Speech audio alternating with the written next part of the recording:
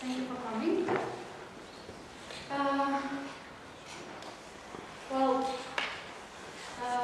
I should probably start from thanking Cultural Endowment of Estonia who brought me here, partly.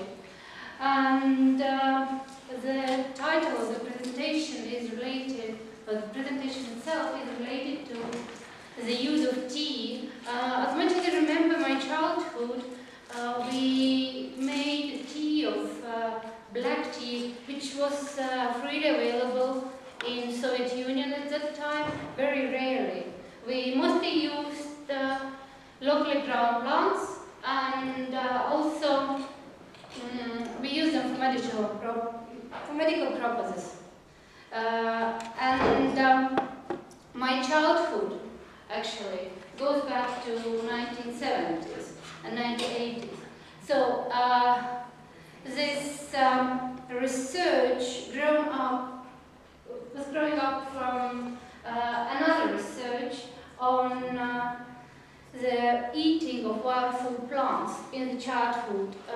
The original idea came from Polish researcher who with Monika Kujawska published a paper on the results of Polish study, and then it was very interesting to compare Estonian and Polish results. So we did, with my co-author Raivo, Kalle, we did a research, distributed the questionnaire.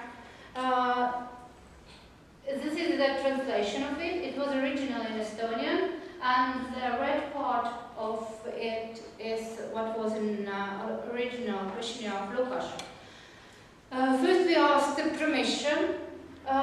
We didn't ask to sign informed concern, but we assumed that when people voluntarily are sending their responses to us, then we can, and they know we are going to use it for research,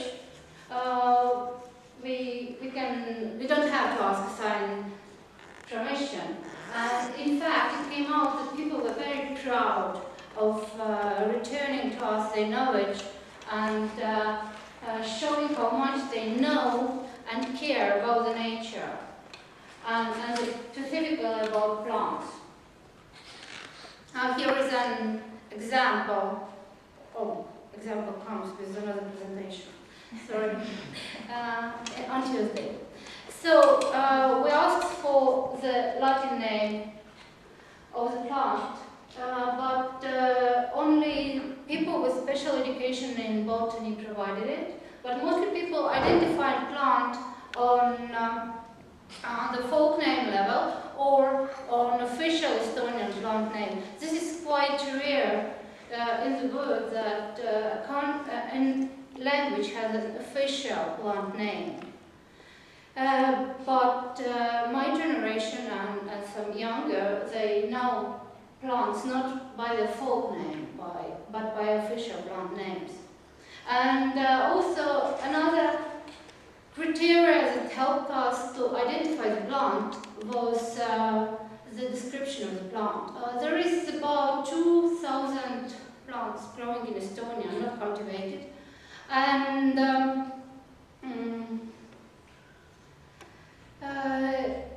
the number of plants that are used for food purposes is very limited. So we relied on the identification, on the name provided, on the description, and if this was unclear, we approached the person with additional questions, and usually we reached the consensus of what plants they were using.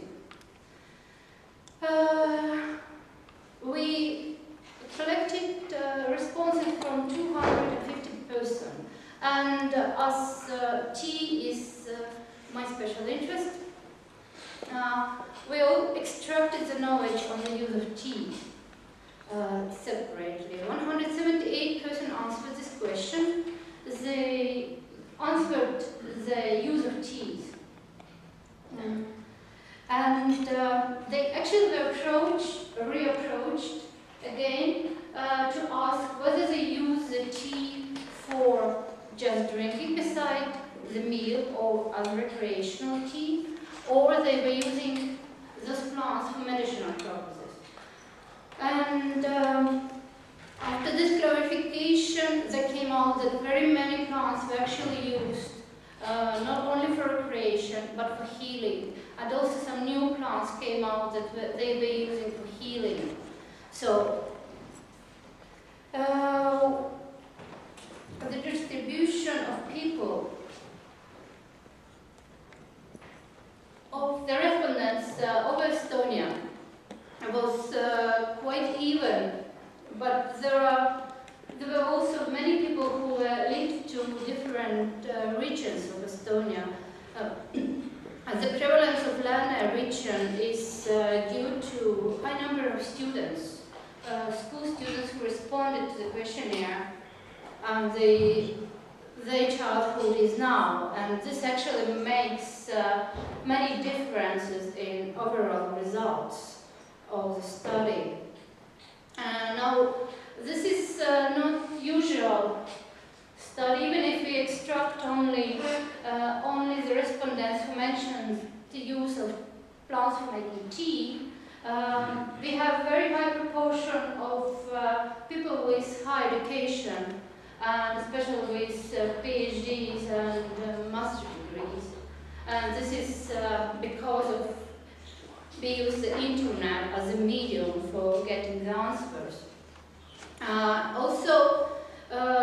Nevertheless, there are very many people who originated from the villages, and rather few of them were related to town and villages at the same time. And here is birth date, decade of the respondents. Now, while the general medium number of plants reported by every respondent was 5.4, then people with elementary education, probably students mostly, and pupils, show the lower knowledge of the plants. Within other groups, there is no statistically important difference among the respondents. And one interesting thing is that people who are related to cities and villages, city is Tallinn, the only city in the country, they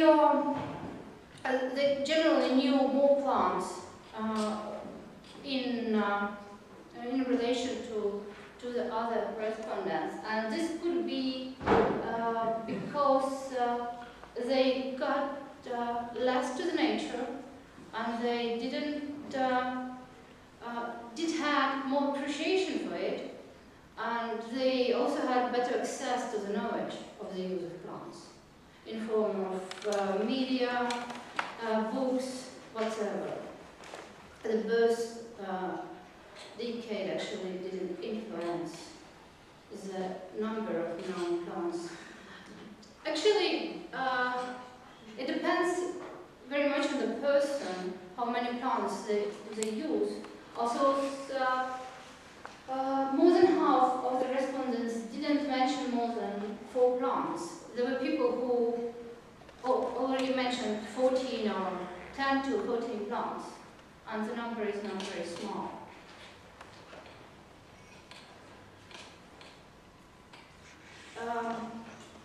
Here's just an example of the table of the results of the search, and we gained together 69 vascular plant species and 10 taxa identified on the general level only. And also one lichen was used, and we counted it into the plants. Also, botanically it's not a plant, but in Estonia, lichens were considered plants. plants on the popular level. So we compared the historical use of the plants based on our earlier article, the user record, general user records on the plants in this study, the use of recreational tea and medicinal use. And also we looked at what parts of plants were used and what were the medicinal applications of the plant. And you can see there are a lot of plants used against cold and cold-related diseases, and this is very symptomatic for Estonia, probably for all Nordic countries, because if we compare with Southern Europe, then their digestive problems are the main aliveness treated with the plants, not the cold. Still in Austria, cold already is coming in, but not that much as in Estonia.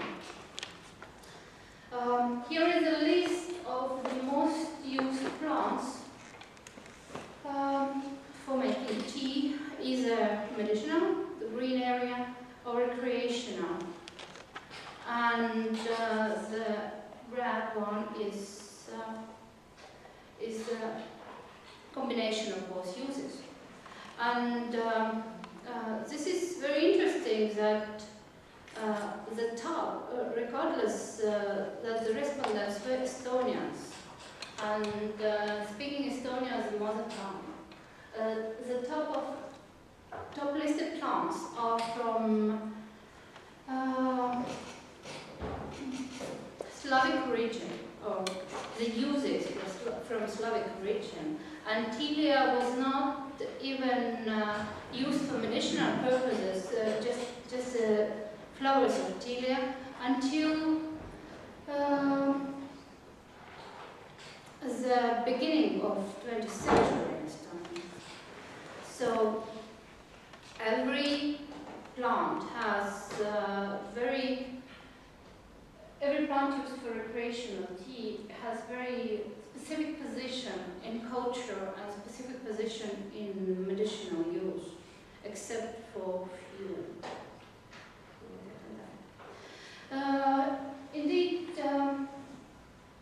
medicinal use of all the plants wasn't very big, but it is except we were ready for that because we were asking for recreational teas. But nevertheless, we re-asked people for medicinal teas also. So the use of recreational tea, we can say that use of recreational tea is greater than the use of plant for medicinal tea in Estonia, right at the moment of the research. It dates back. This is an example of how plants that were used at least, mentioned at least by 5 persons, how the distribution between recreational and medicinal continuum is. And we can see that there are few plants that are mentioned very highly, are mentioned in both domains. And it also depends on the person, while there were only 74 respondents who reported both medicinal and recreational use of the tea. There are not everyone's uses are overlapping. The ground part is not overlapping. Results. And here's a schematic view of a kind of map to detect what plants that we can call recreational and what plants we can medicinal. In the context of this study, it is different right now, but at the time questioned, there is a part of plants that is very rarely used for medicinal purposes. And indeed, except for Hypericum, they have very nice, pleasant taste. They have cultural position as tea plants in Estonia, and they don't have very broad medicinal use, but they are time to time used to support some treatment and to heal some ailments. There is also a part of plants that are mostly used for healing and only occasionally on the basis of tasting, or if there is nothing else available, are used for recreational purposes, and they have very specific and pleasant taste and very directed use, mostly against cold, except for Valeriana officinalis, which is calming. And we have huge number of plants that are situated in between, and the taste is not so pleasant, except for these two most used plants. But they have the stew Tilia and Lubus. In addition to plant, to the taste, they have much more accepted, pleasant taste. They have broad medicinal use for very different specific elements. And the middle dominant part are plants that have not pleasant taste and some kind of vague use, a different kind of use. So, to conclude, it is first the taste. If it's culturally considered good, then the plant belongs to the recreation domain. And if it's culturally perceived, if the plant has culturally perceived medicinal properties, if the use of the plant is not emphasized or is considered rather broad, multifunctional and mild, the plant goes to the predominantly recreational domain. If its perceived medicinal properties are considered strong and rather focused, it is placed in the predominantly medicinal domains, or it falls in the borderline. We believe that in future in-depth research is needed to document the exact technology that lay people use to make either recreational or medicinal tea. Also, the documentation of the modern use of plants for recreational tea will reveal changes occurring over time in respect of situating the plants on a continuum between the two domains. Thank you.